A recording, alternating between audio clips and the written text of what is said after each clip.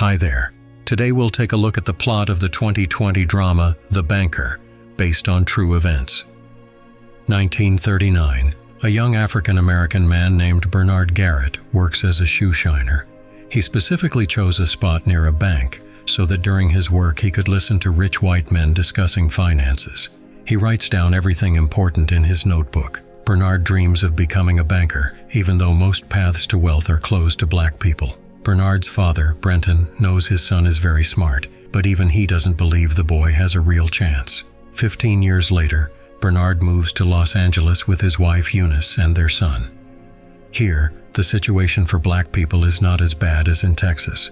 Bernard wants to rent out real estate, but for now, his family lives in a small room they rent from Eunice's relatives. He notices that black neighborhoods are overcrowded, while many houses in white areas are vacant. He realizes there's an opportunity to make a good profit. In one of the white neighborhoods, Bernard finds an old building where the owner, Mr. Barker, has only managed to rent out half of the apartments. Bernard offers $30,000 up front and another $10,000 in a few months, once all the apartments are rented out. However, the owner wants the full amount immediately and declines. Bernard notices a business card from Mid-City Bank manager Edward Arredo on Barker's desk and decides to reach out to him.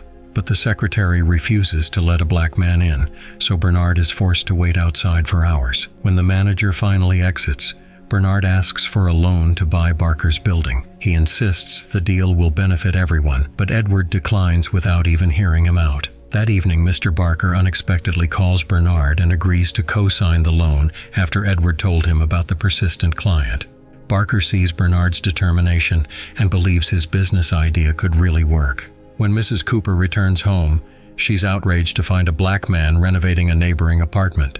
Bernard calmly tells her he is now the building owner, and the old lady is speechless. She calls the police, assuming he's lying. However, when Bernard shows proof of ownership, the police leave. Within days, Bernard finds tenants from the black neighborhoods for all the vacant apartments and soon repays the bank. The former owner realizes Bernard is a genius and offers to start a joint business, splitting profits 50-50.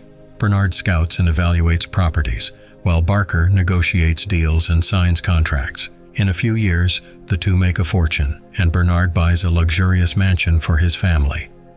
Unfortunately, Barker dies of a heart attack, and his share in the business goes to his wife. Mrs. Barker despises black people, but offers to sell Bernard her share for a ridiculously low price, since all the contracts were signed by her late husband, and she would likely win in court. Bernard knows that without witnesses, he would definitely lose, so he tries to get help from the bank manager. However, Edward refuses to speak with him and sides with Mrs. Barker. Then Bernard comes up with a brilliant idea. He approaches Joe Morris, owner of 18 commercial buildings and former manager of a club where Eunice used to work. Bernard proposes buying the tallest commercial building in downtown Los Angeles, which houses the offices of 12 banks. This way, they would gain access to bank credit and become serious players in the real estate market. John is impressed by Bernard's ingenuity and the scale of his ideas, and together they devise a plan to purchase the building. To negotiate well and buy the bank building for the lowest possible price, Garrett suggests using their handyman Matt, who had helped renovate one of their properties.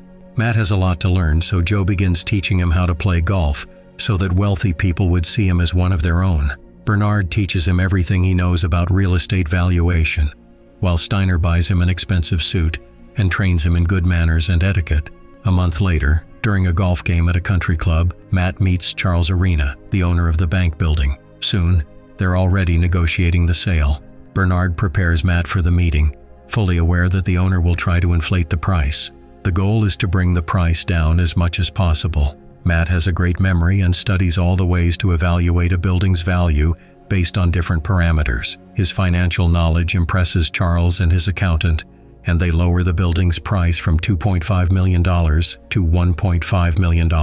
After finalizing the deal, Matt introduces Joe and Bernard as his partners. The bank executives welcome them, and even the manager who had once turned Bernard away is left speechless. Bernard and Joe's empire grows rapidly, and soon they own over 100 properties, many of them in white neighborhoods. Successful black teachers, lawyers, and other professionals begin moving into these areas. Bernard even meets with the vice president of the country when he visits the banking building. In 1963, Bernard travels to Texas with his family to visit his father, Brenton.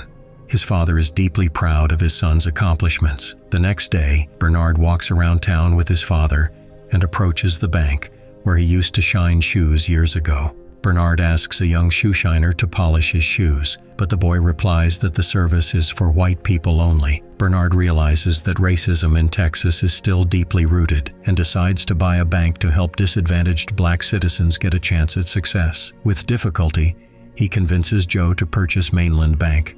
Though Joe still sees it as a risky move, Matt agrees to represent their interests, and they meet with the bank's owners, Robert Florence Sr. and his son, to negotiate the terms. Despite his son's objections, the father agrees to sell the bank to Matt's company on the condition that Florence Jr. retains 20% of the shares and stays on at the bank. After purchasing the bank, Bernard immediately starts issuing loans to small black business owners who previously had no access to credit. However, Florence Jr. is upset with Matt, as he had hoped his father would pass the bank down to him. Soon, he shows up at Garrett's house and threatens to report their risky loans to the Department of the Treasury, which could lead to serious trouble. Matt then proposes buying a smaller bank, Marlin, and transferring all the bad loans there. Under this arrangement, Matt would be the sole owner of Marlin Bank to avoid regulatory scrutiny.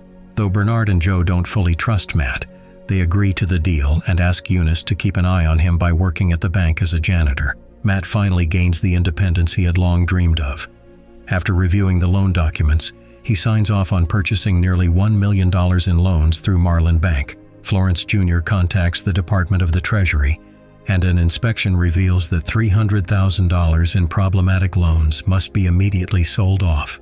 Bernard and Joe find out that it was Florence Jr., along with his lawyer, who tricked Matt into taking on the problematic loans. Now the only way out is to sell Marlin Bank. But even worse, Matt had used suspicious financial operations involving the capital of Mainland Bank. As a result, the Treasury Department revokes the licenses of both banks, effectively seizing the institutions from their owners. As Bernard and Joe leave the bank, they are arrested by the FBI and charged with fraud. Senator McClellan meets with Matt and convinces him to testify against Bernard and Joe in order to avoid prison himself. At the first court hearing, Matt claims he is innocent, saying he was just following the instructions of his superiors. Bernard and Joe are confused and don't understand how they broke the law. Later, McClellan invites Bernard for a private meeting and offers him a choice: either admit that he and Joe tried to exploit flaws in the system and walk free, or speak out about racism in the country and likely end up in prison. At the final court session, Bernard refuses to lie and explains that because of discrimination, an entire race in the country is deprived of the chance to fulfill their dreams and live with dignity. However, the jury is unmoved by his speech and finds both him and Joe guilty of misusing bank funds. They are sentenced to 3 years in prison, and nearly all of their property is confiscated. Florence Jr. buys Mainland Bank at auction for a fraction of the price Bernard and Joe had paid his father. Meanwhile, Matt faces no charges at all. 3 years later, Bernard and Joe are released from prison. Eunice is surprised to see them both so cheerful, considering the government took nearly everything from them. Bernard reveals that they had managed to buy 2 neighboring houses in the Bahamas before the government seized their assets. He also shares that, on the eve of his testimony, Matt had called him and explained that he would face 50 years in prison if he didn't say what the senator told him to. Garrett forgave Matt, but asked him for a favor. Before the government could confiscate everything, Bernard and Joe spent several years enjoying life in the Bahamas. Eventually, they returned to Los Angeles to rebuild their empire. And with that, the story comes to an end. Thank you for watching. If you enjoyed it, leave a like and subscribe to the channel.